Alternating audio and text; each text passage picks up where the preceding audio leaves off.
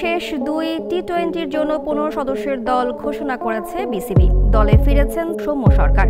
প্রথম 3 টি-20-র স্কোয়াড থেকে বাদ পড়েছেন পারভেজ ইমন আর বিশ্রাম দেওয়া হয়েছে শরীফুল ইসলামকে। জাতীয় দলে সুযোগ পাওয়া ক্যারিয়ারের দ্বিতীয় অভিষেক হবে বলে মনে করেন সাব্বির রহমান। তবে চমক হিসেবে আছেন Sabbir Rahman.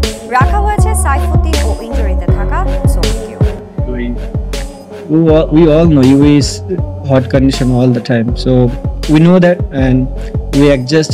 Yesterday we practice and we adjust little bit. বাদ জাকের ইমন, সৌম্য সাব্বিরকে দলে লাগবে। সাংবাদিকের প্রশ্নে একই বললেন লিটন দাস।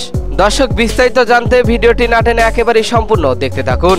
এশিয়া কাপ থেকে বিদায়ের পর সামনে আফগানিস্তানের বিপক্ষে দুবাইয়ে গুরুত্বপূর্ণ সিরিজ খেলবে বাংলাদেশ। আর সেই সিরিজকে সামনে রেখেই এখন চলছে জোর প্রস্তুতি। তবে শেষ এশিয়া কাপে জাকের আলী অনিক ও পারভেজ হোসেন ইমন এর ব্যাটিং পারফরমেন্স ছিল একেবারেই হতাশাজনক। শেষ মুহূর্তে ফিনিশিংয়ে ব্যর্থ হওয়ায় ভুগতে হয়েছে বাংলাদেশ দলকে। এ বিষয়ে সংবাদ সম্মেলনে মুখ খুললেন বাংলাদেশ দলের অধিনায়ক লিটন দাস। তিনি বললেন, দলকে জেতাতে অভিজ্ঞতা জরুরি। জাকের ও ইমনের সুযোগ দেওয়া হয়েছিল, কিন্তু তারা পারফর্ম করতে পারেনি।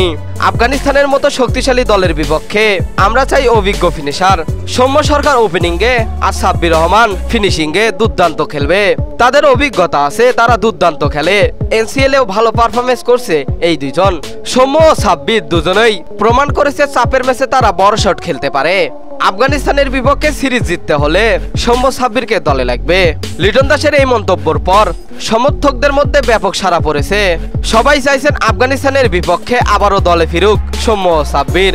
তো দর্শক, বিসিবি কি লিটনের চাওয়াকে গুরুত্ব দিয়ে আসন্ন সিরিজে দলে জায়গা দিবেন সৌম্য সরকার ও সাব্বির রহমানকে? কি মনে হয় আপনাদের? জানিয়ে দেবেন এই বিষয়ে আপনাদের গুরুত্বপূর্ণ মতামত আমাদের ভিডিওর কমেন্ট বক্সে। এতক্ষণ আমাদের সঙ্গে থাকার জন্য অসংখ্য ধন্যবাদ।